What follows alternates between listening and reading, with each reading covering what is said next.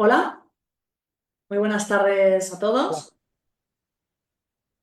Bienvenidos al webinar de hoy, que es un webinar en el que vamos a hablar del sector tecnológico y concretamente de algunos segmentos dentro de este sector que tienen muchísimo potencial, como vamos a ver, como es el tema de las compañías de inteligencia artificial, de ciberseguridad, de software también. Y para eso nos acompaña un experto en esta cuestión que es Juan Santamaría, que es el CEO de HWK Tech. Juan, muy buenas tardes. Muy buenas tardes. Muchas gracias. Bienvenido. Bueno, pues os aclaro un poco, como siempre, cuál es la dinámica de los webinars de MyInvestor. Como sabéis, pues bueno, nosotros hacemos webinars educativos dentro de nuestro programa de educación financiera y en concreto tenemos un ciclo de webinars que hemos titulado Aprende con las gestoras. Y en este ciclo lo que hacemos es entrevistar a gestores estrella o bien a representantes de distintas gestoras nacionales e internacionales para que nos ayuden a entender un poco mejor pues, algún concepto relacionado con el mundo de las finanzas personales o de la inversión o sus perspectivas para un sector en concreto o algún mercado, en fin, para que nos ayuden a mejorar nuestra cultura financiera. En el caso de hoy, pues nos acompaña, como os decía, Juan Santamaría, que es el responsable de HW. La verdad es que te quiero preguntar, Juan, ¿cómo lo pronunciáis vosotros? ¿HWK? Bueno, nos lo hacemos más sencillo, decimos hawk, como Hawk. ¿Verdad? halcón Es en que me salía inglés. a decir Hawk, pero digo, vamos a ver primero cómo lo pronuncian ellos. Bueno, pues como os decía Juan, que es el responsable de Hawk. Y nada, simplemente aclararos también que, como sabéis, pues en nuestros webinars no se puede conectar ni el micro ni la cámara. Podéis dejarnos, eso sí, vuestras dudas a través del chat, que lo voy a activar ahora mismo, para que nos podáis, bueno, pues dejar todas las preguntas que os vayan surgiendo, tanto a lo largo de la presentación como al final. La presentación va a consistir en una entrevista y al finalizar esta entrevista es cuando abriremos el turno de preguntas. Pero bueno, no os preocupéis porque os las podéis ir dejando a lo largo de la sesión y nosotros las rescataremos ahí al final. Ya está activado el chat para que podáis ir dejando las dudas a medida que os vayan surgiendo. Y bueno, pues como os decía, hoy nos acompaña Juan Santamaría, que es el responsable de Hawk. Hawk es una gestora especializada en la inversión en compañías tecnológicas y más concretamente, pues como os decía al principio, ¿no? En proyectos de inteligencia artificial, de ciberseguridad, software, observabilidad. Entonces cuenta con grandes especialistas en este ámbito que vienen del mundo del venture capital y, o sea, del capital riesgo y de los family offices y siempre con el foco puesto en el sector tecnológico. Y bueno, ya dentro de lo que es no el capital riesgo, el venture capital, sino la inversión en bolsa, ¿no? En el ámbito de la inversión en compañías cotizadas, pues esta gestora tiene un fondo de inversión que está especializado precisamente en este tipo de compañías, ¿no? Que es el Isatis Investment Classic Blue. Y es un fondo de inversión mixto con un enfoque, pues eso, como os digo, muy tecnológico. Y bueno, pues cerró 2024 como uno de los más rentables de su categoría, ¿no? Con una subida del 24% que para un fondo mixto pues está bastante bien. Así que bueno, hoy tenemos a un experto en esta materia, así que al margen de las cosas que le iremos preguntando en la entrevista, cualquier duda que tengáis sobre este sector, sobre el potencial que encierra cada uno de los segmentos o incluso el hueco que le tendríais que hacer en la cartera y demás, pues no dudéis. Así que si os parece, comenzamos ya con la entrevista. Y la primera pregunta que te quería hacer, Juan, aunque no esté específicamente relacionada con el tema, ¿no? Pero un poco por adentrarnos en materia, porque yo creo que es obligada, ¿no? En los tiempos que corren, es qué podemos esperar de los mercados en la nueva era Trump, ¿no? Bueno, era Trump, por bautizarlo de alguna manera, con toda esta guerra arancelaria y demás, ¿no? Y toda esta volatilidad que está generando el nuevo gobierno de Trump. ¿Cómo crees que puede afectar esto a los mercados y más concretamente al sector tecnológico? Bueno, lo que creo que podemos esperar es que no sabemos qué esperar, que hay una incertidumbre absoluta, ¿no? Eh, sí sabemos lo que son las noticias y las medidas que se han tomado. Y en función de eso, pues lo que podemos hacer es tratar de anticipar qué impacto va a tener y cómo reaccionar a esos impactos. Yo creo que probablemente la mayoría de los que nos están viendo, las medidas y lo que está haciendo la agenda de Trump las tienen en la cabeza. Por un lado, reequilibrar el déficit comercial para generar empleos locales en Estados Unidos y producción propia de bienes que se habían ido yendo de USA en los últimos probablemente décadas, ¿no? Desde los años 50 he visto estadísticas de qué mano de obra en fábricas local había y cuánta hay ahora y bueno, pues todo eso ha ido muy a menos y Trump lo quiere reequilibrar ese déficit comercial y tiene dos mecanismos fundamentales que primero está muy en manos de todos, los aranceles, los seguimos a golpe de tuit y luego el otro es que también está declarado, no está haciendo nada que no dijera que lo iba a hacer. Quizás la sorpresa es quizá que está ocurriendo, ¿no? Como digo, dos mecanismos fundamentales de reequilibrar el déficit, los aranceles y el otro es debilitar el dólar. Eso por un lado. Por otro lado, la reducción del déficit público, de la deuda pública, también con dos mecanismos principales. Los tipos de interés, la reducción de tipos de interés. Hoy lo que está haciendo caer el mercado sobre todo es que quiere despedir a Powell porque no está bajando los tipos y es una de las dos caminos para él de reducir el déficit. Y el otro es el recorte del gasto federal, el famoso DOGE, el Departamento de Eficiencia del Gobierno, que lidera Elon Musk. Estos son los dos grandes objetivos que vemos que tiene, cada uno con dos mecanismos puestos en marcha y que, bueno, uno lo que puede ver es la incertidumbre sobre cómo se gestiona, porque hay un poco sensación de caos en las idas y venidas a veces. Al fin y a la postre, nosotros, desde el punto de vista de la gestión de cartera o desde el punto de vista de un inversor que invierte en el sector tecnológico, como nosotros, ¿qué impactos tiene esto? Pues bueno, pues por un lado, el impacto de los aranceles, ¿no? Que estos aranceles que se han impuesto, ¿qué va a suponer en las tecnológicas? En las tecnológicas es un sector muy, muy amplio y con cierta diversidad por ejemplo, una de las primeras diferenciaciones es el impacto que hay de los aranceles en tecnológicas en las que hay hardware, en las que hay bienes físicos que se venden. Ahí están los semiconductores. La semana pasada, la noticia que hizo caer al mercado, sobre todo Nvidia también hoy, fue la de que había limitaciones al modo en que podía vender al mercado chino, por ejemplo, ¿no? Entonces, este tipo de medidas de aranceles sobre empresas que tienen bienes físicos como Nvidia son un inconveniente en sus perspectivas.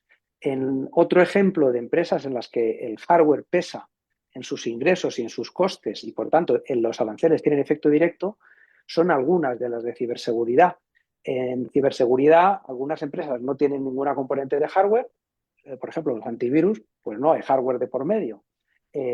Pero en otras, los firewalls, pues implica un firewall, ese aparato como un servidor, así un elemento físico como un servidor en un centro de proceso de datos, que es un firewall que conecta al interior de la red de una empresa con el Internet general y eso pues pasa por aduanas y paga aranceles. Entonces, ¿qué impacto tienen esos aranceles en tecnológicas? Pues si las tecnológicas en las que estás invertido tienen hardware, como algunas de ciberseguridad o como los semiconductores, pues tienes un impacto y tienes que valorarlo. La mayoría de las empresas tecnológicas, desde luego en las que más nosotros nos centramos, son las de software. Y en las de software, he dicho antes los antivirus, pero pensad en SAP, en el ERP, en el paquete de contabilidad estándar en las grandes empresas europeas, por ejemplo. Ahí no hay ningún hardware, eso es puro software. En estas, los aranceles no tienen ningún impacto. De las otras medidas que están teniendo las políticas económicas de Trump, la de los tipos de interés, las empresas tecnológicas típicamente, sobre todo las de software, no están endeudadas. Tú miras el balance y típicamente tienen caja o tienen mucha caja. Rara es la empresa de software que tiene deuda. Por tanto, las subidas o bajadas de tipos de manera inmediata y directa no les afecta porque la caja que tengan suele estar menos retribuida y típicamente no tienen deuda, por tanto no se les disparan los pagos por intereses. Aquí solo hay un efecto que puede ocurrir y nosotros lo estamos observando, y es si los tipos bajan con rapidez, las tecnológicas, las de software, que tienen hypergrowth, que tienen crecimiento muy rápido en sus ingresos, típicamente se ven muy beneficiadas. Hay un rally que ya hemos visto en varios ciclos de mercado que suele venir. Esto, si los tipos bajaran rápido, que es lo que quiere Trump, y que de momento Powell ha dicho que yo no tengo ninguna prisa y quiero ver cómo van las cosas.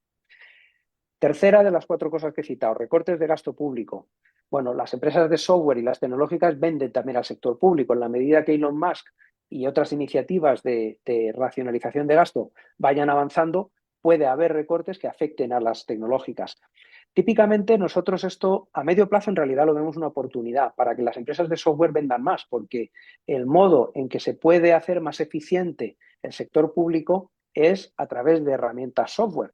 Pensemos, por ejemplo, en España, no sé, el sector, la administración pública, el sector judicial, que funciona muy a base de papel y con poca digitalización, ¿no? Si tú le añades una inversión importante en software, probablemente sin incrementar plantilla o incluso con menos, puedes dar más productividad y puedes hacer más servicio al ciudadano. Bueno, pues esto mismo trasladado allí es algo que nosotros creemos que puede ocurrir también. Es más a medio plazo, a corto plazo lo que se ve es gente que se despide o que se autodespide tomando uno de estos planes incentivados que han propuesto como para los funcionarios, cobra ahora y vete, cobra hasta septiembre y vete ya. Pero típicamente lo vemos como una oportunidad. Hay alguna excepción, por ejemplo, las de servicios informáticos las vemos que van a sufrir. O sea, las empresas tipo Accenture, tipo Capgemini, que están expuestas al sector público americano, claramente tienen viento de cara y puestos a hacer recorte, hay planes concretos de hacer recorte ahí. Y son sectores como clientes de estas empresas de servicios informáticos que tienen cierto peso. O sea, que creemos que esto es negativo y de hecho ya aparte está en el precio. Y luego el cuarto efecto, si la economía americana, como consecuencia de todo esto, entra realmente en recesión, pues aquí pues la verdad es que no se libra nadie, ¿no? Todos van a sufrir. Ahora bien, dentro del mundo de las tecnológicas, las hay muy cíclicas que dependen mucho de la evolución del consumo. Por ejemplo, las que viven de la publicidad. Google, mayoritariamente sus ingresos son vendiendo a empresas que hacen publicidad o agencias de publicidad para tratar de captarnos cuando hacemos tráfico online, buscando en el buscador o en propiedades similares por parte de Google o Meta, en Facebook, Instagram, etcétera. Entonces, volviendo a las muy cíclicas, si la economía entrara en recesión, las muy cíclicas van a ser impactadas mucho antes, ¿no? Google, Meta, hasta cierto punto Amazon, las de publicidad digital, Pinterest, ese tipo de empresas sufren el impacto las primeras, la primera ola de impacto.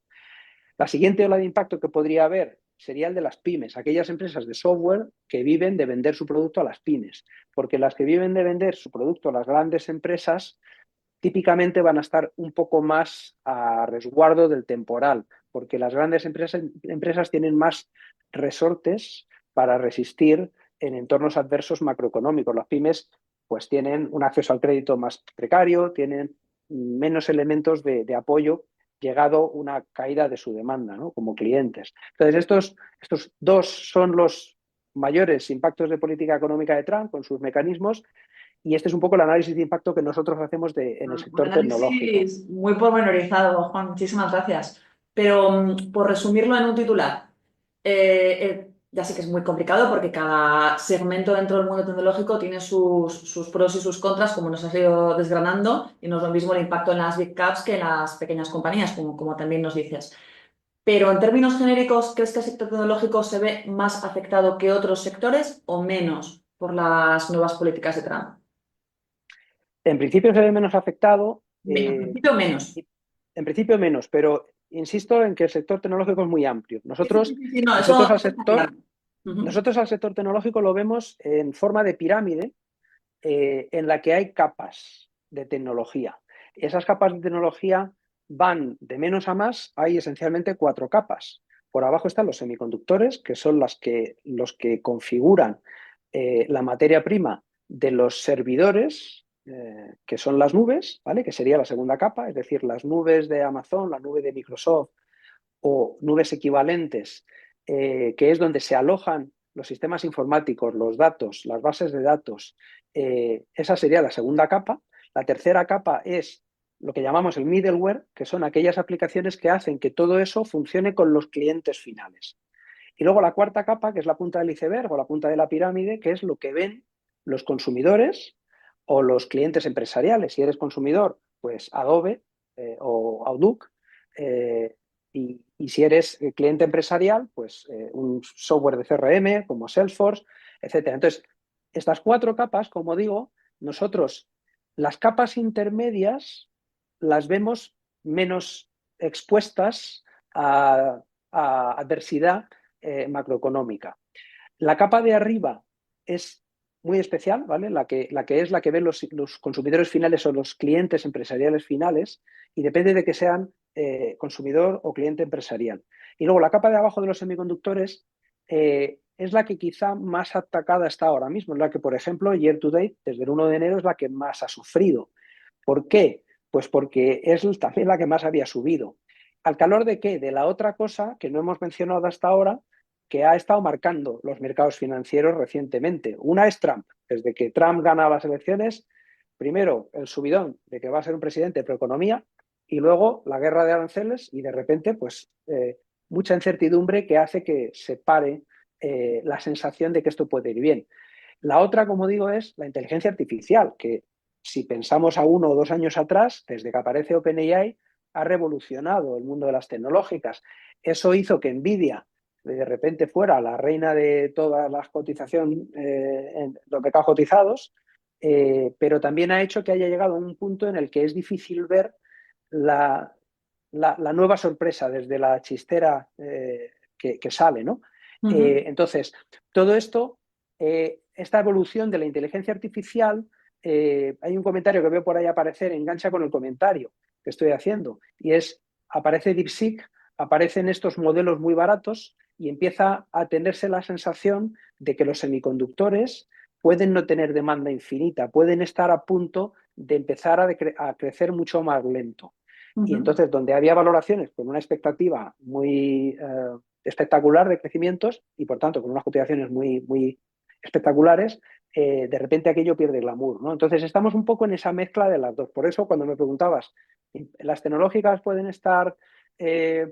¿Cómo les afecta toda esta política macroeconómica? Pues pensamos que es un sector un poco más protegido, sobre todo cuando es una tecnológica expuesta a gran empresa y menos cíclica, pero también los semiconductores están con su propia fase alrededor del ciclo de la inteligencia artificial. O sea que está esa mezcla de efectos. Vale, bueno, pues ahora saliéndonos un poquito ya de lo que es mercado, Juan, que al final, como sabes, mercado siempre es las circunstancias de cada momento, el presente, el corto plazo, pero que muchas veces, pues cuando invertimos, sobre todo en bolsa, pues la vocación es a largo plazo, ¿no? O así deberíamos hacerlo en la medida de lo posible.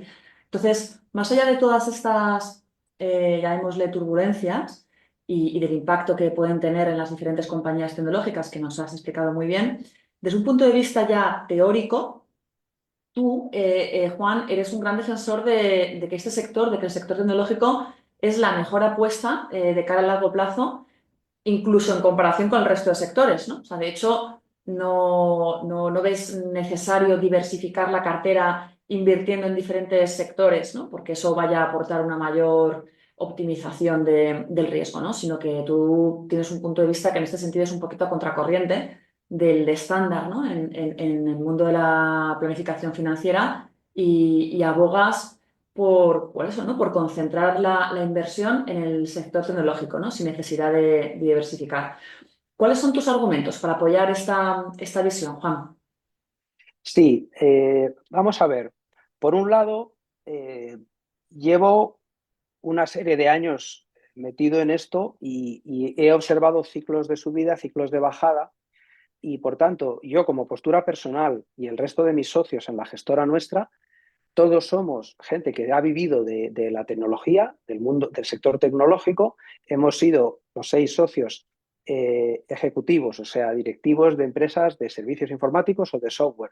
Hemos sido emprendedores de empresas creadas, hemos sido inversores en startups o en empresas más maduras, pero siempre del mundo tecnológico. Entonces, nos hemos ido auto demostrando que donde hemos acertado más y sobre todo donde hemos fallado menos, nosotros a nivel particular para nuestras inversiones, ha sido en aquello de lo que conocemos.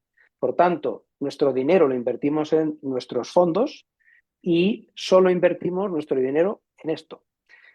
Eh, Quizá luego esto ya es a nivel particular por nuestra trayectoria.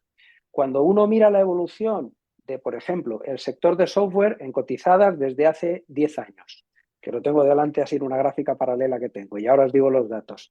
Cuando mira eso y mira el Standard & Poor's, que es un índice en el que cualquiera puede meterse de manera muy sencilla, del sector financiero, del sector inmobiliario, del sector de energéticas, si tú coges desde hace 10 años y hubieras metido $100, invirtiendo en software habrías multiplicado por más de 6, concretamente por 6,4.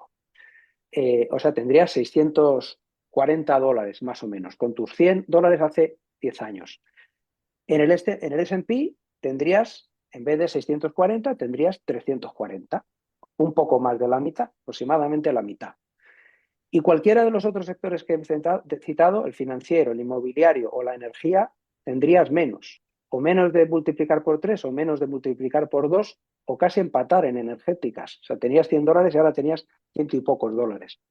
Entonces, yo cuando miro esto, pues reflexiono también con lo que me ha ocurrido a mí. Yo hace años no invertía solo en tecnología, pero fui invirtiendo en tecnología porque fui invirtiendo en cosas que no eran tecnología y me fueron peor. Claro que hay un momento en el que puede irte muy violentamente la tecnología abajo, porque es más volátil como sector.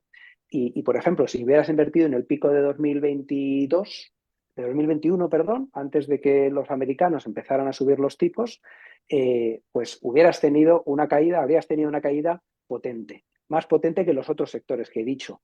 Pero si aguantas un ciclo suficientemente largo, la estadística está ahí, que es la que he dicho, $100 se convierten en más de 600 contra los demás, que es o la mitad o menos de la mitad. Entonces, cuando miro eso, digo, pues quiero estar en tecnología.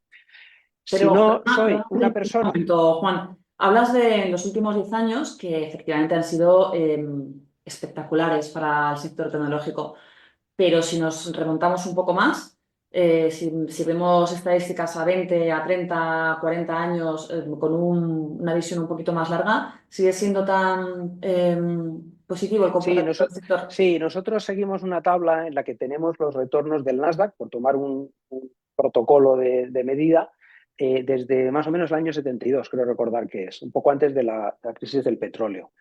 Eh, y la conclusión es la misma, es decir, los retornos son los mayores en media histórica suficientemente larga. Yo no digo que esto lo tenga que hacer todo el mundo, porque tiene uno que estar dispuesto a convivir con esa volatilidad. Es decir, yo he invertido en carteras, en un fondo de pensiones en renta fija europea, he invertido en un fondo de renta variable norteamericano. Y lo que he visto es que efectivamente esas otras alternativas me dan una vida mucho menos volátil y por tanto depende del estómago que tenga uno para convivir con la volatilidad. El software puede no ser una alternativa porque es demasiada pérdida en un momento determinado y no estás dispuesto a convivir con ello, pero si estás dispuesto a convivir, las medias históricas son las que son. Entonces, yo, desde el punto de vista como socio de nuestra gestora y los socios que están conmigo, estamos dispuestos porque somos capaces de convivir con esa volatilidad. Y lo que nosotros sí recomendamos es que vemos muy poca exposición al sector tecnológico en general con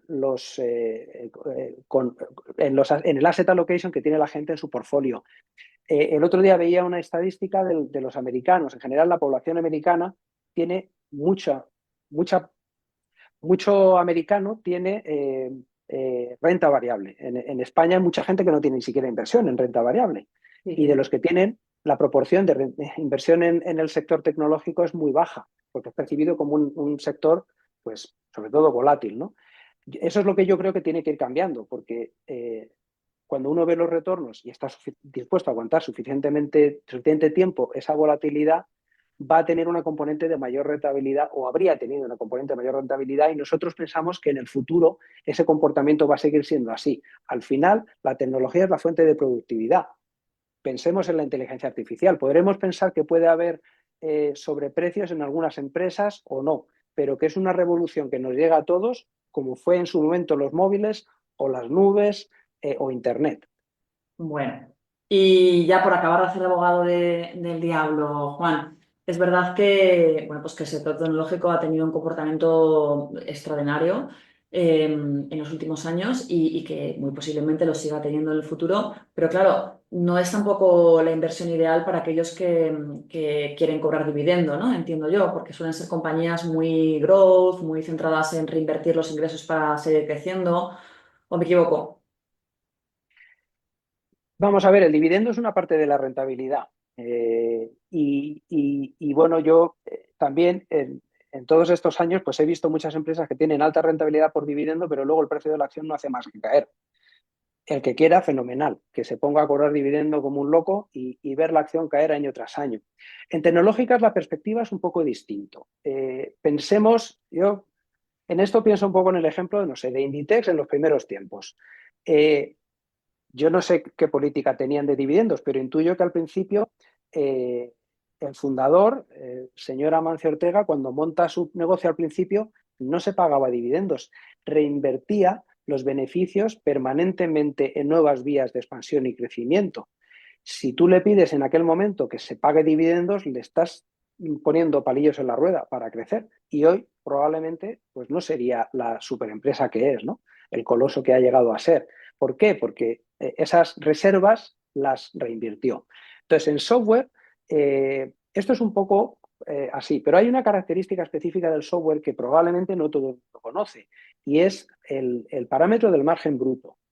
En software, como modelo de negocio, cuando tú miras la cuenta de resultados, bueno, en todo negocio hay un parámetro que es el margen bruto, es que son los ingresos menos los costes de esos ingresos, los costes directos y variables de esas ventas.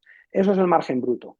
En software, en las empresas típicamente que nosotros miramos, y ese es un parámetro que además particularmente nos parece relevante en nuestro modelo de inversión, el margen bruto es por encima del 80%. ¿Qué significa eso? Que cada euro extra de ingreso da entre 80 y 90 céntimos extra de margen, que se va directamente al bottom line, al beneficio, a reservas.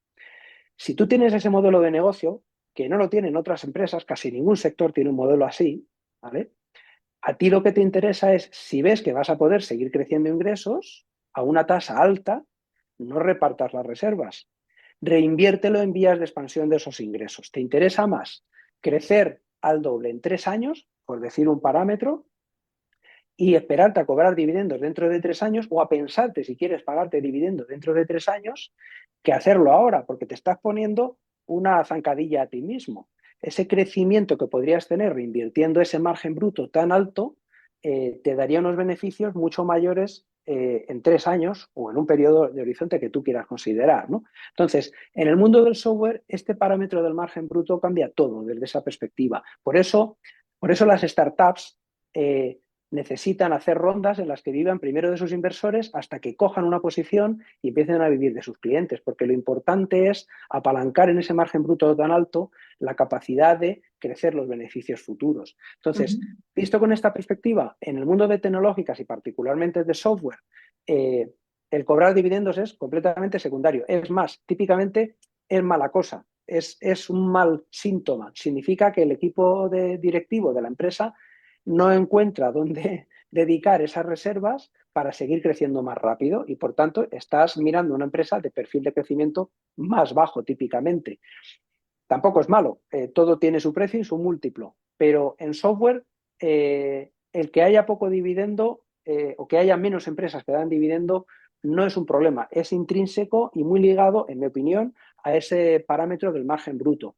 Por Ujú. otro lado, algunas empresas sí dan rentabilidad por dividendo y algunas la tienen atractiva, pero también está muy instaurado, quizá más en las de software, los programas de recompras, que son maneras de retribuir al accionista mejorando los EPS, reduciendo el conteo de acciones.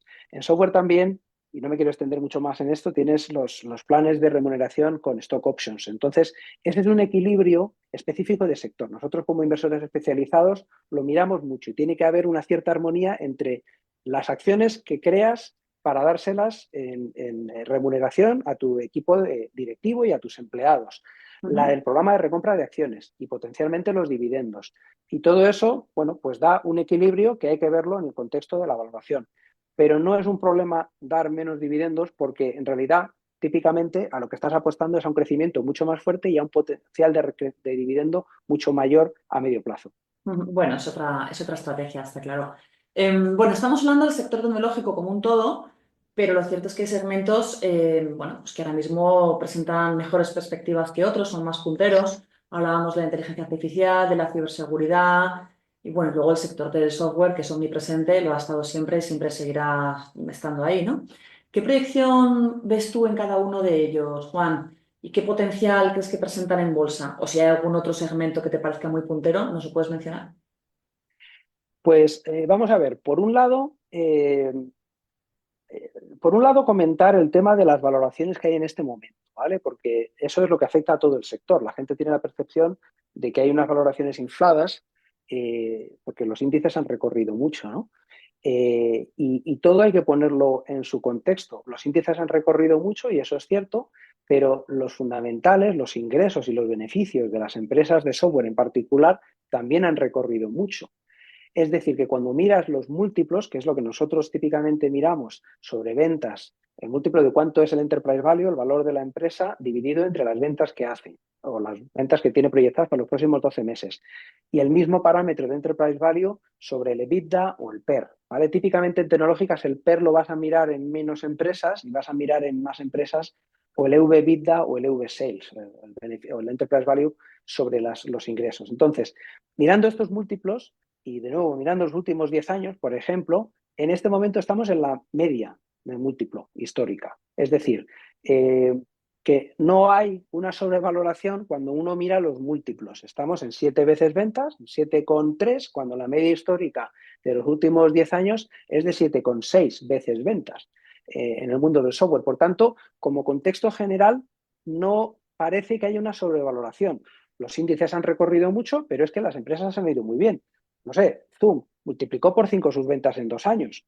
La acción ha recorrido mucho, sí, pero es que ha multiplicado por 5 sus ventas y por más sus beneficios. Entonces es normal que haya crecido la cotización, ¿no? Eso como contexto general, como sector. Después, sobre tu pregunta más concretamente, ¿qué zonas del mundo tecnológico pensamos que pueden ir mejor que otras?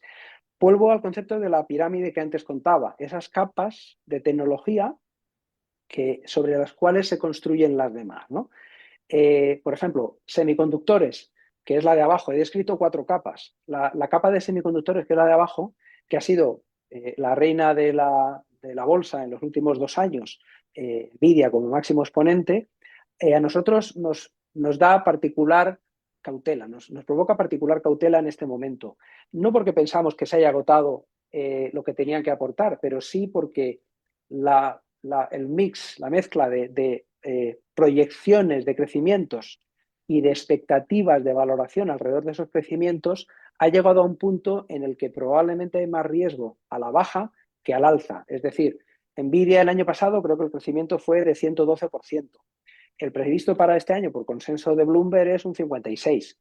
El crecimiento previsto para el año siguiente es de un 27%, o sea, 112, 56, 27.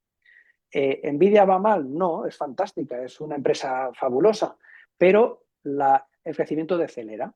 Con el crecimiento decelerando, probablemente Nvidia, que tiene mucho hardware, tendrá un margen bruto, volviendo a los parámetros que antes decía, que no se sostendrá por encima del 70 y pico que está ahora, 74, 75. Probablemente vuelva hacia la media histórica de los 50, 55%. Y todo eso hará que cuando uno proyecta beneficios por acción a 1 o 2 años, pues empieza a tocar una asíntota. Entonces, ¿qué va a pasar? ¿Se va a hundir?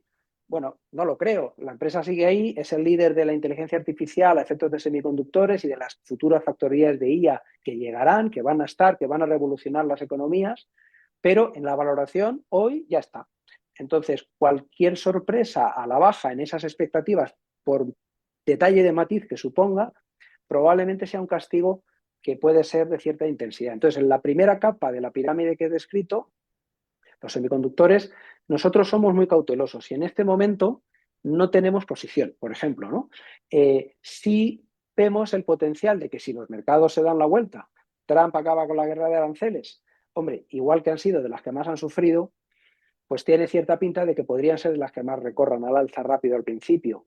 Pero el cómo jugar esa apuesta a que eso va a ocurrir, bueno, pues eso requiere también una cierta estrategia, ¿no? Podría ser a través de derivados, pero tomar posición a los semiconductores, a nosotros no estamos en eso y lo vemos con mucha cautela. Y estamos muy tentados, estamos mirando permanentemente, pero esa primera capa, en este momento la vemos un tanto de evitar. La siguiente capa de hiperescalers, las nubes, los grandes centros de datos públicos, Google, Azure de Microsoft, AWS de Amazon u Oracle, y ya los demás me los ahorro, IBM, etcétera, y los chinos también por motivos distintos. Esas 4 que he citado nos parece que son resistentes, pero probablemente en este momento el riesgo al alza en positivo no es muy favorable respecto al riesgo a la baja si se siguen persistiendo los factores de incertidumbre que vemos en el mercado. Tercera capa, el software intermedio, el middleware, observabilidad, ciberseguridad, sistemas de workflow, ese pegamento que une la infraestructura que acabo de describir por abajo en esas 2 capas con las aplicaciones que se ve arriba, los usuarios finales y los consumidores finales de aplicaciones en empresa. Ahí estamos bastante cómodos. Obviamente hay que hacer stock picking, hay que elegir por qué y cuáles, pero herramientas de observabilidad con la complejidad añadida por la inteligencia artificial, con la explotación de datos de la inteligencia artificial, de los data lakes, observabilidad, las herramientas de observabilidad son más necesarias que nunca y van a tener demanda. Ciberseguridad, los ataques, en fin, yo he sido consejero delegado de Panda, la de los antivirus, durante 5 años, una empresa muy global. Y cuando empecé, ahora hace 10, en ese mundillo, la ciberseguridad era siempre a más ataques, siempre a más dificultad para defenderse. Esto no ha bajado el nivel de intensidad, por tanto, otro sector en el que nos gusta estar. Y luego los sistemas de workflow, sistemas que enganchan aplicaciones entre ellas, especialmente las nuevas que aparecen de inteligencia artificial, que son autónomas, junto con otras operadas por personas, y que conectan esos mundos de las capas de abajo con las aplicaciones empresariales y las que van a consumidores finales. Esa capa de pegamento entre los 2 mundos también nos gusta. Esa es la que más, ¿no? Esa tercera capa es la que más. En la capa de arriba te encuentras cosas pues, como Adobe, te encuentras cosas como ChatGPT, pasa que esa no es cotizada, no podríamos invertir. Te encuentras cosas como HubSpot, como Salesforce, herramientas que son las que ve el cliente final de una empresa. Bueno, ahí hay que ir un poco, pues una por una, pero también vemos oportunidades de inversión. Es decir, porque, insisto, las valoraciones, la media sigue como desde hace 10 años, o las valoraciones actuales siguen con la media desde hace 10 años, y por tanto hay desencajes entre precio y valor, y en la capa 3 y en la capa 4 que he descrito vemos oportunidades de inversión y pues no sé, hoy mismo hemos hecho 2 órdenes, ¿no?, de compra, es decir, que seguimos incrementando posición, pero hay que ser muy selectivo. Muy bien. Y bueno, pues estabas comentando antes que el sector del software, por ejemplo, pues que no podríamos decir que está sobrevalorado en función de las ratios que presenta, que están en relación con su media histórica y demás. Y bueno, ya hemos visto alguna pregunta, ya por hacer un poco spoiler, que nos ha ido apareciendo en el chat. Pero bueno, también forman parte de las preguntas que te quería hacer dentro de la entrevista, ¿no? Y es que, bueno, pues el sector tecnológico al final pues es verdad que suele ser o tiene un comportamiento muy alcista, pero también pues históricamente nos ha dado algunos disgustos. A principios de los 2000 vivimos el estallido de una burbuja tecnológica, la de las .com, y todavía pues hay inversores que tienen memoria y que pues, tienen un poco, bueno, pues este miedo, ¿no? A que estos subidones tan importantes que presenta un sector nos pueda venir con un susto incorporado o con riesgo de burbuja, ¿no? Entonces, dentro de que en términos generales nos has dejado bastante claro que no quieres que esté sobrevalorado, ¿crees que quizá hay algún tipo de negocio de tecnología, algún segmento en concreto en el que consideres que pueda haber una sobrevaloración o incluso un riesgo de burbuja? Bueno, en lo que es inteligente artificial, diría yo. Ahora todo el mundo, nosotros además de ISATIS, en el que somos la gestora asesor, tenemos un fondo de Venture Capital, un fondo de startups. E invertimos como temática en ciberseguridad, en observabilidad y en inteligencia artificial. Nosotros lo que vemos ahora es todo el mundo quiere ponerse la etiqueta de que mi sistema software es de inteligencia artificial y te hace falta realmente alguien experto para separar el grano de la paja, o sea, para separar lo que es una evolución de Big Data o una evolución de Machine Learning, de técnicas tradicionales de Machine Learning, a lo que propiamente hoy se llama inteligencia artificial generativa, que es lo que más está siendo disruptivo, ¿no? Entonces, inteligencia artificial como etiqueta se está llenando de empresas de mucho valor, pero también de algunos impostores. Entonces, aquí tienes más riesgo. En lo que no es inteligencia artificial, nosotros, bueno, claro que hay empresas sobrevaloradas, pero insisto, estamos en la media histórica de múltiplo y por tanto, pues hay los desencajes habituales. En inteligencia artificial vemos cosas raras, pero igual que digo que hay, llamémoslo impostores, con el debido respeto, porque seguro que son proyectos que merece la pena ver y que tienen un equipo humano y de expertos detrás valioso y que están intentando hacer una disrupción. Pero puede haber poco de sustancia en esa disrupción o poco de sostenibilidad.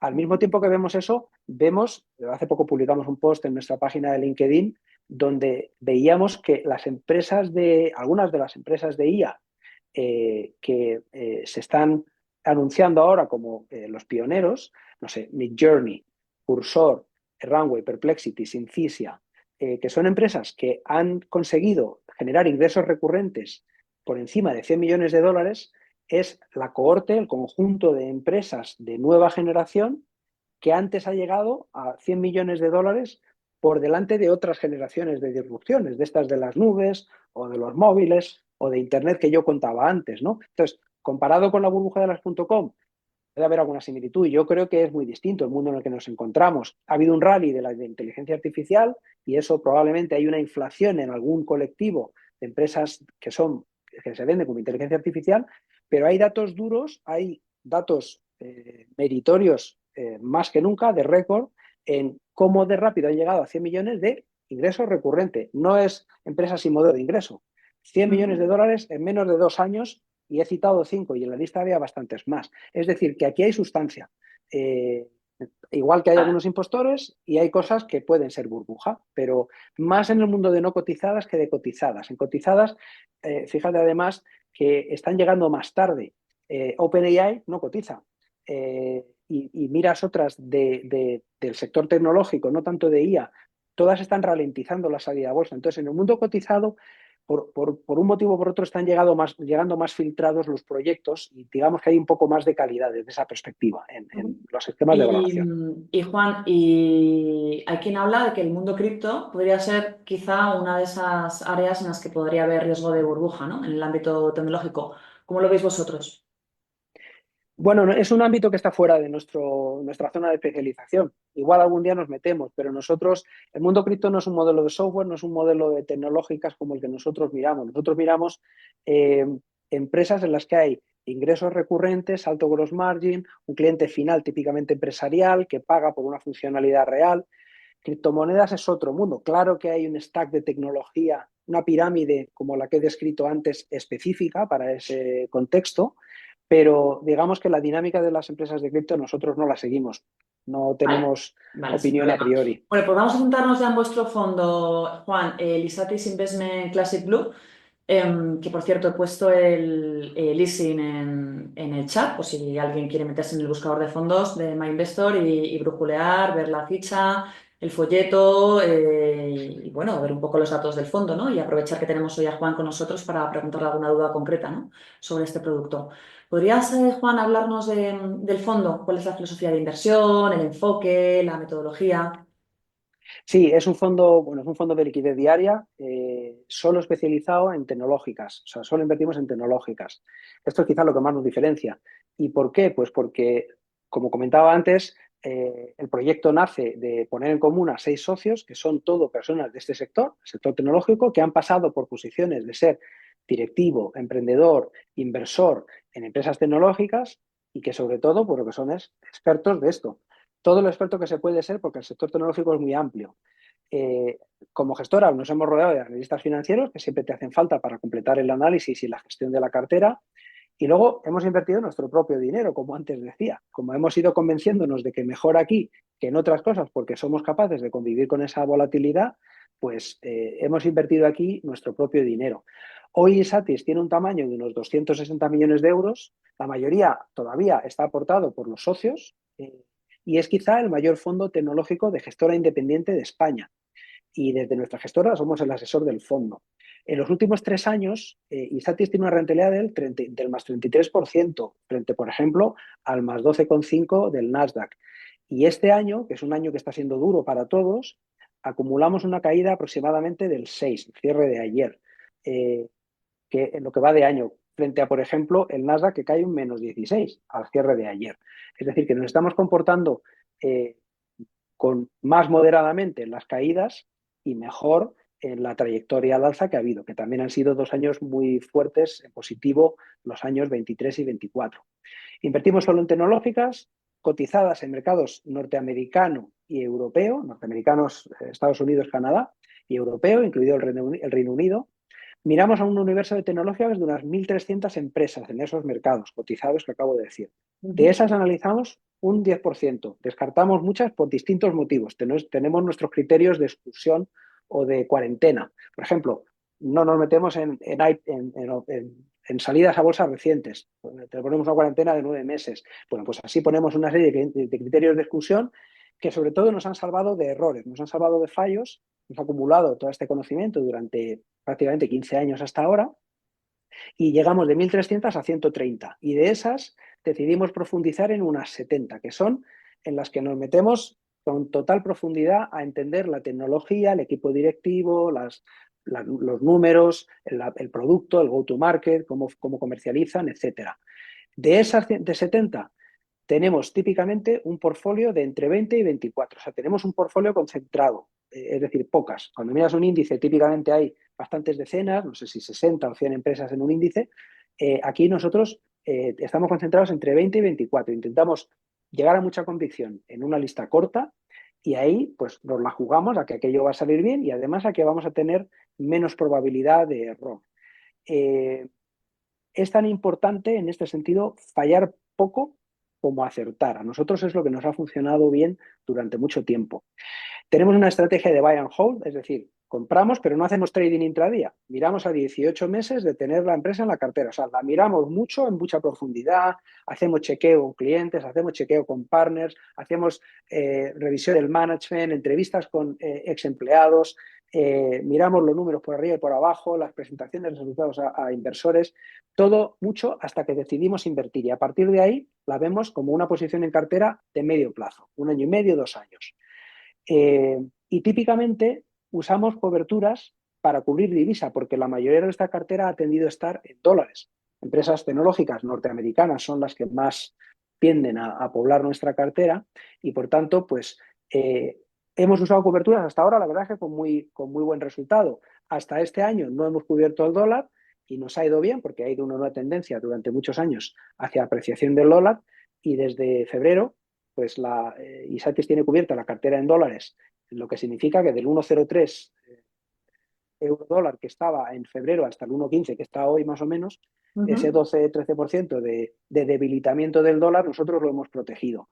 También a veces tácticamente compramos puts para protegernos de pérdidas abultadas y eso es una de las explicaciones de por qué Isatis, cuando el Nasdaq cae un 16 y cuando el índice tecnológico norteamericano cae cerca del 20, Isatis cae un 6 porque hay una protección a caídas mayores. Nosotros estamos relativamente cómodos en este contexto en el que si la cosa se tuerce más, tenemos mecanismos de mitigación de pérdidas. Bueno. Pero también tenemos una estrategia, concretamente tenemos una estrategia ahora de calls, para poder coger carteras si la cosa se da la vuelta, de repente Trump saca un tweet, dice que esta guerra se ha acabado y los mercados suben, bueno, pues tenemos también manera de seguir al mercado además de stock picking adicional que, como digo, seguimos haciendo, ¿no? Profundizamos quizá como diferencia respecto a otras gestoras de un modo que otros fondos no suelen hacerlo. Miramos las ventajas competitivas de la tecnología. Por ejemplo, ¿qué es mejor? ¿El sistema contable de SAP o el de Oracle para una empresa grande? ¿La nube de Microsoft o la de Amazon o la de Google? ¿Y la IA de Google o la de OpenAI? ¿Y para qué casos de uso? ¿Y cuál evolucionará mejor respecto a las demás? Esa es una de las dos cosas en las que bajamos a una profundidad de análisis que yo creo que otras gestoras no suelen tener, por lo que nosotros conocemos. Y además también analizamos mucho, como segunda dimensión, quizá un poco más especial nuestra, los cambios y la trayectoria del equipo directivo de la empresa. En Microsoft, no es lo mismo la Microsoft de Bill Gates que la de Ballmer, que la de Satya Nadella hoy. Entró Nadella y arregló bastante o casi todo lo que había podido romper o no arreglar Steve Ballmer.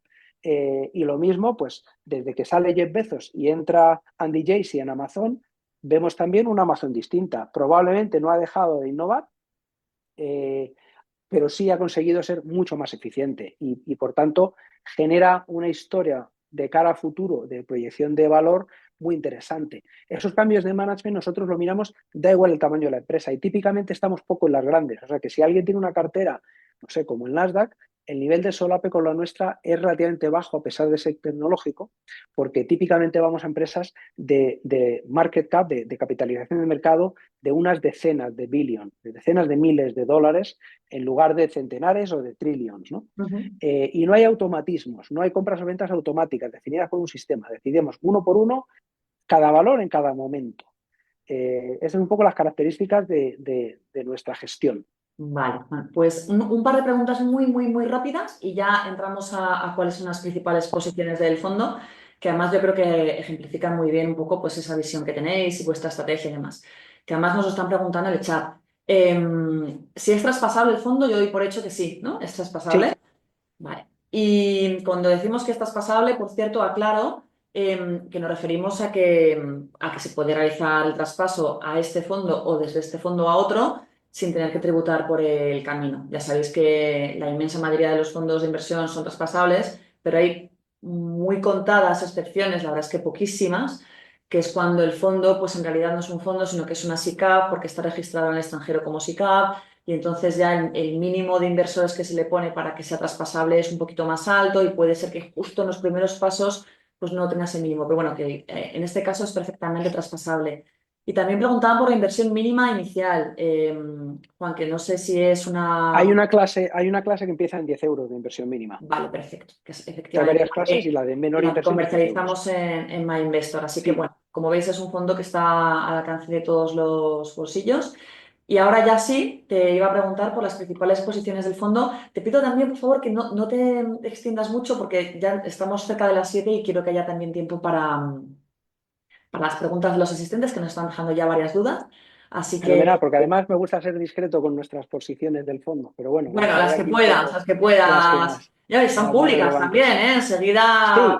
Sí, sí. Mira, Amazon ahora vamos a ver cómo funciona todo esto de la guerra de aranceles, pero tiene una mezcla de exposición al mundo retail, que es lo que hace que haya tenido corrección, pero es la menos expuesta a amenaza regulatoria respecto a las grandes nubes, Microsoft y sobre todo a Google y Meta, y tiene la opcionalidad de la inteligencia artificial a través de una nube probablemente de adopción muy masiva. Y luego tiene el que siga Amazon, pues lo sabrá, pero la mayoría de sus ingresos es retail, lo que conocemos, el paquete que nos llega a casa a casi todos los días, pero tiene luego esa pata de digital advertising, de ingreso de publicidad digital, que es casi puro margen y que crece de una manera muy potente. Entonces, Amazon es una jugada que en este momento a nosotros nos parece que, bueno, sabiendo que estamos en un contexto volátil, podría tener sentido. Luego, en esa capa tercera que he descrito de la pirámide, tenemos las de ciberseguridad y ahí hay bastantes alternativas que a nosotros nos gustan. Dynatrace o Datadog nos gusta particularmente en este momento y a este precio. Hay más, lo que pasa es que hay que ajustar un poquito también el punto de entrada. GitLab, que es un sistema, un repositorio para los que desarrollan software, que quizá es una de las dimensiones de la inteligencia artificial más, de más valor inmediato, ¿no? El de desarrollo de software. Pues GitLab tiene un muy buen producto para generación de código informático autónomo eh, y añadido a las características que tiene de plataforma más segura en el que desarrollar software. Entonces nos parece que a estos precios es muy interesante. Acaban de nombrar un nuevo CEO y nos parece que le puede dar la velocidad adicional a lo que traían con un posicionamiento de portfolio muy interesante. Como digo, en resumen, si tengo que optar por un sector es ciber y por un stock picking, quizá me dejo solo Snowflake, que a mí me gusta mucho, tiene un nuevo management desde hace un par de años, está saliendo la etiqueta de ser un data warehouse para evolucionar al lago de datos de la inteligencia artificial multinube y a un precio razonable, quiero decir, sus productos, y esas son un poco las que yo destacaría, ¿no? En cuanto a tamaño de posición nuestra y a perspectivas. Ujú. Una duda, Juan. Vuestro fondo es un fondo mixto, o sea que puedes comprar acciones de compañías, pero también deuda, ¿no? De esas compañías. ¿Por qué decidisteis lanzarlo así, en lugar de centraros exclusivamente en la renta variable? Bueno, la volatilidad conlleva también ciclos, ¿no? Entonces, mayoritariamente, y esto por ser también claro, es renta variable. O sea que aunque sea mixto como etiqueta, mayoritariamente siempre estamos muy expuestos en renta variable y en renta fija muy poco. Tácticamente ahora, por ejemplo, nos da la opción de que cuando el mercado está cayendo y llevamos un par de meses que veíamos venir bueno, pensábamos que podía venir una corrección importante, como así después ha sido, el tener unos bonos de empresas tecnológicas que están a unas rentabilidades cercanas o del 5%, a un año, a 2 años, y que nosotros sabemos que son generadoras netas de caja con una probabilidad de default, de impago casi nula, pues nos parece una alternativa fantástica a la caja, ¿no? Ujú. Entonces ahí, como nos conocemos la empresa, nos conocemos su balance, nos conocemos las posibilidades que tiene de repagar, pues también podemos jugar a apostar por la renta fija, los bonos, las emisiones de deuda que hacen estas empresas y hacer un trading un poco más táctico, diría yo. Es decir, tenemos una posición típicamente pequeña en renta fija, a veces nula, pero nos da opciones tácticas como en este momento. Pero mayoritariamente, aunque diga que es renta mixta, es un fondo mixto, eh, el que lo mire, que tenga claro que es renta variable y, por tanto, que sea consciente de que tiene que convivir con cierta volatilidad mayor de lo normal. Ujú. Una cosa, Juan, ¿cuál es la clase del fondo que me decías que era la retail? ¿La B6 o la Creo que es B4? la B6 es de mínimo 10 Vale, euros y la B4 es mínimo 20.000. Si vale, vas a invertir perdonad, más de que os he 20.000, te pasado el interesa la leasing. B4. Bueno, se pasó el leasing para que vierais un poco el fondo, pero en realidad el leasing del retail es este otro que os paso ahora. En Las el dos chat. son retail, ¿eh? ¿Ah? Las dos son Pero un retail, la B4 retail y la lo menos B6. posibles. Un Sí, retail más vale. retail todavía que el otro Sí. retail. Os paso ahora otra clase del fondo. Esta ya sí con el mínimo de 10 euros, que es el mismo fondo, pero una clase para un retail, pues eso, con una inversión inicial más reducida, es este easing. El easing que os he pasado antes, pues es el mismo fondo, pero bueno, con un mínimo más elevado. Lo digo porque justo me comentaba ahora alguien en el chat que la mínima era de 20.000 y bueno, pues esta otra clase no. Las dos están en My Investor, pero aquel que no pueda permitirse invertir 20.000 de repente, pues que tiene esta otra a su disposición.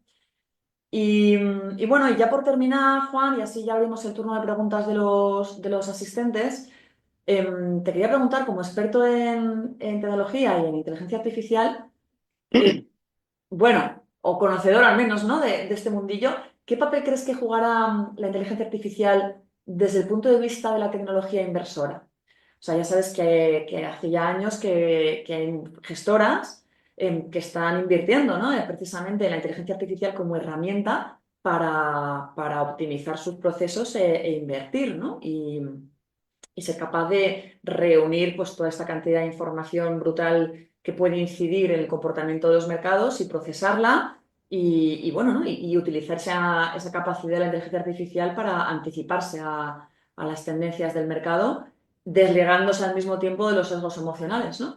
¿Hasta qué punto crees tú, Juan, que la inteligencia artificial nos ayudará a eso, ¿no? A invertir mejor o a batir incluso al mercado? Vamos a ver, nosotros hemos hecho pruebas y hemos hecho modelos y un poco la conclusión que hemos sacado es que este tipo de modelos pueden funcionar durante algún tiempo y típicamente tiempo corto, o sea, pues probablemente pocos meses. Y el motivo fundamental es que son modelos estocásticos, se basan en datos, muchos datos, como decías, pero que son datos históricos. Nosotros hemos rellenado con este universo de 1.300 empresas un modelo de datos con la serie histórica de los últimos 10 años de sus resultados trimestrales, los ingresos, los cambios, el price target de los analistas, el consenso de Bloomberg. Teníamos en un punto determinado centenares de parámetros. y lo aplicamos, e invertimos nuestro dinero. ¿Qué es lo que ocurrió? Pues llegó la invasión de Ucrania. Entonces, cuando tú tienes un modelo que se ha construido en base a un histórico previo, eh, puedes llegar a modelar que si no hay eventos mínimamente disruptivos, aquello es capaz de hacer predicciones en una dirección que tú le entrenes y le hagas inferencia con un objetivo y llegar a cumplir esos objetivos o a estar alineado con esos objetivos. Es decir, que puede funcionarte durante un rato sobre la base de datos históricos, pero cuando llega Putin y te invade Ucrania o llega Trump y aplica una política de aranceles donde sube al 100% y luego llega China y sube otra vez. Nada de esto estaba en el modelo previo. Esos modelos típicamente dejan de funcionar y a veces funcionan muy mal y son un drama. Entonces, la pura inversión en modelos quant con inteligencia artificial, tal como se hacía hasta ahora, probablemente funciona durante un tiempo limitado. ¿Dónde vemos nosotros, por ejemplo, valor? Nosotros al hacer análisis, antes no lo he comentado, pero nosotros hacemos nuestro propio análisis. Es decir, que cuando analizamos Salesforce o SAP o Oracle, no leemos informes de otros analistas y con eso decidimos, nos generamos nuestros informes. Estamos utilizando, por ejemplo, Deep Research y estamos utilizando otras herramientas de inteligencia artificial y nos aceleran mucho el modo en que hacemos análisis, de una manera increíble, hasta hace meses. Entonces, dentro de lo que es la gestión de carteras y el análisis de mercados, sí vemos ya mucha utilidad. En modelos autónomos, yo tengo bastantes dudas y todo el equipo, porque partes de modelos estocásticos y aparecen siempre cosas nuevas, sea Trump ahora, lo de Ucrania en su momento, el COVID y todo eso, no hay modelo de entrenamiento que te entrene para hacerte frente a ello. Y si aciertas, es un azar. Lo normal es que falles y tengas un drama. Entonces, bueno, que hay gente permanentemente intentando invertir ahí, nosotros lo vemos. ¿Cuál es la capacidad de ser recurrentemente acertado en la ejecución? Pues tenemos muchas dudas, pero estamos aprendiendo continuamente, o sea que vamos a seguirlo. Mm. Bueno, de todos modos, la inteligencia artificial hoy por hoy llega hasta donde llega, pero quizá el día de mañana sea capaz de predecirnos incluso esa invasión a Ucrania o O el esa, COVID, ¿no? o el COVID. Quiero decir que al final yo estaba pensando no solamente en estos modelos cuantitativos que, bueno, toma en consideración datos pues muy financieros, ¿no? Como el consenso de analistas, las ratios de la empresa, etcétera, sino aquellas que incluso tienen en cuenta todo, ¿no? O sea, las noticias, las redes sociales, el clima, qué sé yo, o sea, que son verdaderas procesadoras de datos y que no disciernen además, ¿no? O sea, no deducen por qué esta información es relevante para la compañía o no, simplemente, pues como análisis técnico, ¿no? Detecta Mm, pautas mm. y saben que cuando pasa esto, esto y esto otro, la cotización tiende a subir o está a punto de producirse una crisis bursátil. Y a lo mejor esto y esto otro es que es lunes, que llueve y que, pero por lo que sea, siempre se produce esa pauta y entonces El, iba poten- más por ahí, pero bueno, no lo sé, ya lo veremos, el lo iremos viendo, potencial, ¿no? el potencial está ahí. O sea, si te pones en el extremo, la IA nos puede sustituir a todos, sin Es que duda. fíjate lo rápido que ha avanzado en los últimos años. Bueno, pues Sí, mira, pero abrimos el turno de preguntas, si te parece, Juan, porque uno de los bien. sectores por el que más nos están preguntando en el chat es por el de el software orientado a la defensa.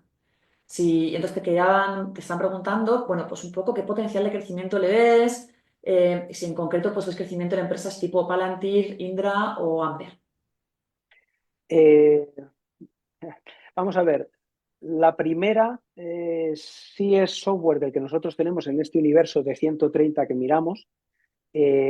Indra o Ampere son de defensa, tienen tecnología, pero no son modelos de software. Por tanto, nosotros no las seguimos tan de cerca, particularmente Ampere menos. Hemos mirado Indra, pero el peso que tiene ciberseguridad en este sentido es pequeño. Tienen una oferta de ciberseguridad y es pequeño. Lo que llama defensa Indra es mayoritariamente no software. Eh, y desde ese punto de vista no está tanto en el foco de nuestra inversión. Palantir es una empresa muy interesante y ha tenido un modelo, eh, vamos a ver, en defensa, una primera consideración es que probablemente hay que tomar partido. Y esto lo dice el CEO de Palantir. O sea, yo voy a ayudar al gobierno americano y a sus aliados, que todo esto, por cierto, desde hace unas semanas, pues también está un poco en veremos quiénes son los aliados, ¿no? Mm. Cómo queda el puzzle de aliados del gobierno americano con esta revolución de Trump. Pero a lo que voy, el CEO de Palantir dice, yo, porque hay que elegir a uno, porque tienes que defender. Entonces, eso implica un sesgo en el modo en que introduces valores en tu cartera que tienes que estar dispuesto a convivir con él. Eh, el otro es la valoración. En Palantir, probablemente, y, y dicho esto, con toda la humildad de que hasta ahora me he equivocado, porque cuando me han preguntado por Palantir me ha parecido cara todo el rato, ¿no? Pero cuando ves que llega al punto de tocar 50 veces ventas en valoración, eh, cuesta entender los economics hacia futuro. Entonces, claramente hay un viento de cola, es decir, están favorecidas por esta eh, polarización de la geopolítica y la defensa, las tres que hemos dicho. Y yendo a Palantir, que es el modelo más de software, eh, pues probablemente es una empresa a la que le va a ir muy bien en sus fundamentales, crecimientos y márgenes. Ahora, ¿es sostenible los múltiplos de valoración?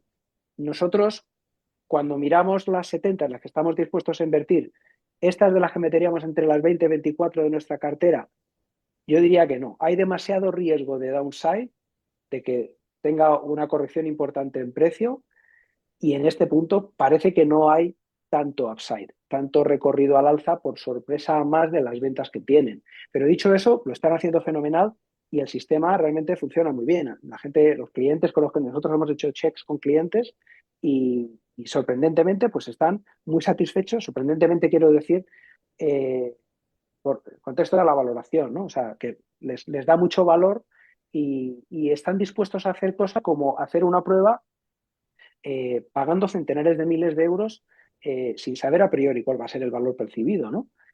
O sea que tiene mucho mérito lo que han conseguido hacer. Entonces, hay un viento de cola, es una buena oportunidad. Ahora, en el punto de valoración, concretamente de Palantir, en nuestra cartera a nosotros no nos encaja. Está demasiado, la percibimos como demasiado cara en múltiplos. Ujú. Otro asistente comenta, Juan, que las empresas de telecomunicaciones también se están softwareizando, se están un poco volcando, ¿no? En este otro segmento. Y te pregunta, ¿no ves posibilidades de inversión en este tipo de compañías? Eh, pues precisamente lo estamos mirando. El nivel de softwareización de las telcos, digamos que es bajo en relación a este embudo de 130 empresas que nosotros miramos, que he descrito. Por tanto, no es fácil. La mayoría de lo que venden las telcos, pues es acceso a Internet y conexión de móvil y de voz y de datos, al fin y al cabo, ¿no? Con tarifas típicamente planas. O sea que el modelo de ingresos sustancialmente no es de software. Es verdad que se está softwareizando, pero es muy poco el impacto en proporción al total. Con todo, las estamos mirando porque son tecnología y en este contexto en el que es difícil, eh, no es fácil encontrar dentro de esa pirámide de tecnológicas que describía un buen candidato, las telcos podrían serlo por esta tendencia. O sea que me parece un comentario acertado. Ahora, cuando lo analizas, pues no sé. Telefónica, por ejemplo, no recuerdo los datos exactamente ahora, pero recuerdo algo como 50.000 millones de ingresos, parecido de deuda, y una evolución relativamente neutra en esos ingresos, con una estrategia de desinversiones. Entonces, ¿cuánto juega el software en esta estrategia? Pues van a ser cifras pequeñas como para que uno termine invirtiendo en lo que supone de apalancamiento a futuro en valor de Telefónica esa softwareización. Pero, en fin, que lo estamos mirando, aunque todavía estamos con poco apetito por el impacto relativo siendo pequeño. Ujú. Y preguntan también por las chinas, Juan, si es interesante invertir en empresas como Alibaba, Tencent o Xiaomi, que comenta el asistente que parecen buenas empresas, que están desarrollando también inteligencia artificial y que quizá, pues bueno, igual están más baratas que las americanas, ¿no? Y además no tan expuestas a Estados Unidos. No, son competidores formidables y a largo plazo van a estar ahí, las que has citado y algunas más. Nosotros, de nuevo, las estamos mirando, las telcos estamos mirando, las chinas las estamos mirando. Las chinas, el problema que le vemos a efectos de que cumplan nuestra tesis de inversión es cómo están de sujetas al entorno regulatorio y al entorno geopolítico de allí, ¿no? Donde con un cambio de decisión del gobierno, pues tan pronto quitan a un CEO de en medio como cortan de cuajo una división de actividad financiera porque les parece que pues allí no tiene sentido que esté en manos de tanto poder en manos de una empresa que cotiza, digamos, fundada por un particular, al fin y al cabo, ¿no? Entonces, eso es algo que cuando nosotros analizamos las métricas, las barreras tecnológicas, todo un poco lo que decía antes, ¿no? Nuestra metodología. Cuando miras el governance, o sea, lo que es el consejo, los directivos, el modo en que se hacen las políticas de dividendos o de ampliaciones de capital, etcétera, cuesta mucho coger confort para a nosotros, con nuestro estilo de inversión. Esto que decía antes de que importa mucho no fallar, ya las vimos hace años que eran la gran promesa, no invertimos, nos perdimos un cierto rally al principio y hicieron una corrección muy brutal de la que no han salido hasta hace 2 meses. Ahora tuvieron un recorrido, también hace 2 meses se pusieron de moda y han vuelto a corregir en cuanto ha entrado la guerra comercial con Trump. Entonces, las tenemos particular respeto porque nos genera mucha incertidumbre el governance alrededor de estas empresas. Y por eso nosotros hasta ahora no hemos invertido. Vale. Y pasamos ya a la última pregunta, que es triple, una y tres, que es sobre tres compañías que nos están comentando aquí en el chat. Si tienes una visión o tu equipo de analistas tiene una visión sobre ellas, bien, y si no, pues pasamos a la siguiente. Una de ellas sería Nvidia, que ya algo nos has adelantado a lo largo de la sesión. Otra, Adobe, que de hecho los comentarios son si no crees que su modelo de negocio podría estar empezando a quedarse un poquito obsoleto. Y la tercera, la de ciberseguridad, Palo Alto Networks. Sí, pues las tres muy interesantes, la verdad. Vamos a ver, de Adobe, nosotros hemos estado, tenemos tenido posición en Adobe y la hemos deshecho. El principal miedo es justo el que dice la persona que pregunta, ¿no? Y es que Adobe tienes dos grandes divisiones de productos. Ellos han apalancado muy bien, eh, digamos, el modelo freemium alrededor de los PDFs de Adobe, del Acrobat, pero en el mundo, digamos, de diseño y de creadores, eh, les han cogido por abajo otros competidores.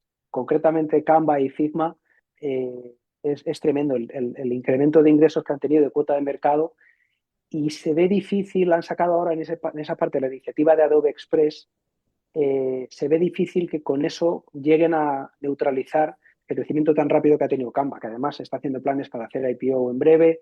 En cuanto despejen un poco los mercados, lo normal es que salgan a bolsa también. Y quiero decir que Canva y luego Figma están siendo una amenaza muy real y ya con mucho tamaño.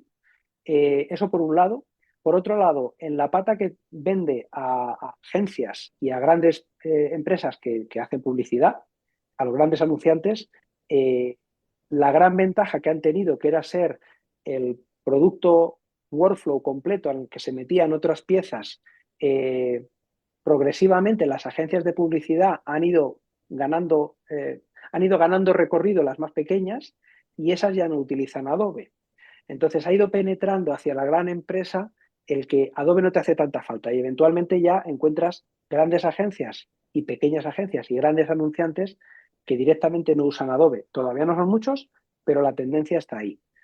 Y luego la última es el tema de IA, la inteligencia artificial, donde Adobe era la gran promesa, pero pues no sé, Midjourney, por ejemplo, y bueno, Sora en OpenAI, es decir, han aparecido competidores para creación de imagen y de vídeo en movimiento eh, que no tienen nada que envidiar a a Adobe, perdón, pero absolutamente nada.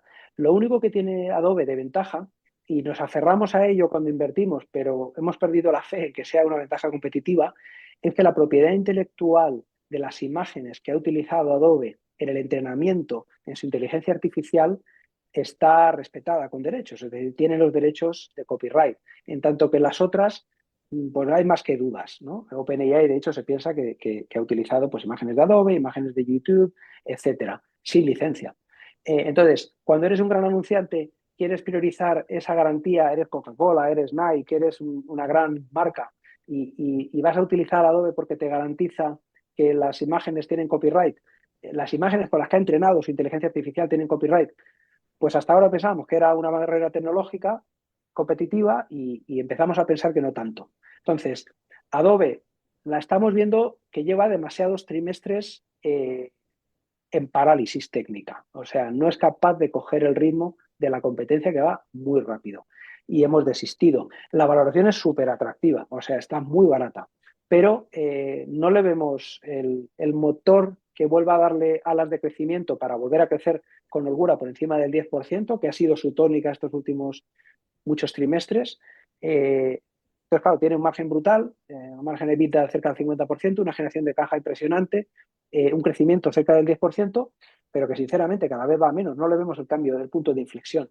En definitiva, Adobe, nosotros todavía no la vemos. Tenemos que ver síntomas claros de que vuelve a atrapar el mercado de gran empresa, de creadores, y que gana la partida de no perder cuota de mercado a Canva y a Figma.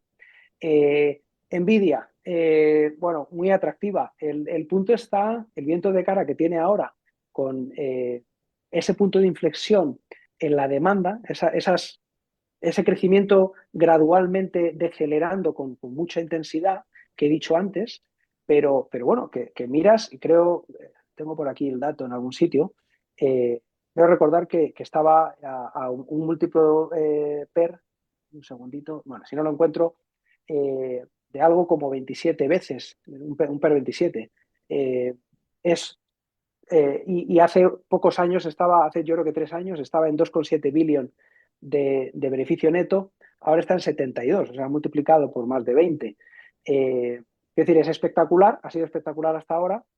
Y como decía antes, ¿cuál es el recorrido adicional ahora? Pues ojo que las de semiconductores son de las más cíclicas. Cuando de repente se rompe el ciclo, la demanda cae a menos de la mitad y la acción incluso por debajo, ¿no? Ujú. Entonces, bueno, por eso en este momento no estamos. Y la última que me habías ¿Palo alto? preguntado, perdón, ¿Palo alto? Palo Alto. Eh, en ciberseguridad nosotros vemos dos grandes líderes. En general, como plataforma Palo Alto y como plataforma anclada en el endpoint, CrowdStrike. Nosotros Palo Alto la tenemos en cartera y seguimos muy convencidos de que es el líder al que hay que seguir. Es decir, si tú eres una gran empresa y necesitas ciberseguridad, o te planteas el best of breed, el mejor en endpoint, que es CrowdStrike, o si quieres una plataforma y parte de la estrategia de seguridad es reducir el número de productos, aunque los productos sean menos perfectos cada uno de ellos, pero estén mejor integrados. Eso es bueno, eso es mejor en seguridad que tener el mejor producto, pero tener 80 productos que nadie es capaz de orquestar.